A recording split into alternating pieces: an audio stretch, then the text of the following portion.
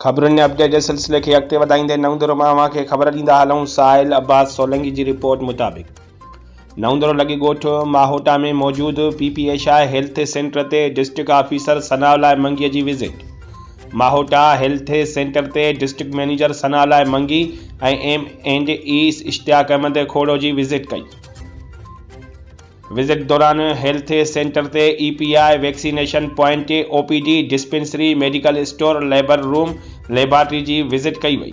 Dispensary में मौजूदु IP corner, dressing corner, ORT corner ॾिठा ऐं हेल्थ टेक्नीशियन महबूब अली माहोटो खां मेडिसन जी खोट जे बारे में पुछा कई।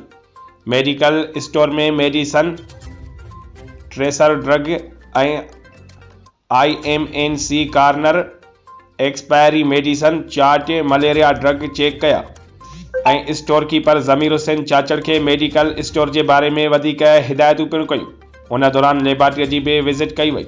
लेबॉरेटरी में मौजूदु लैब टेक्नीशियन ज़ुबैर अहमद मेमन खे पिणु हिदायतूं कयूं, जिते M&A Larkana Ishtiaq Ahmed Khoro, incharge medical officer doctor Ejaz Ahmed Sheikh पिणु मौजूदु आहे।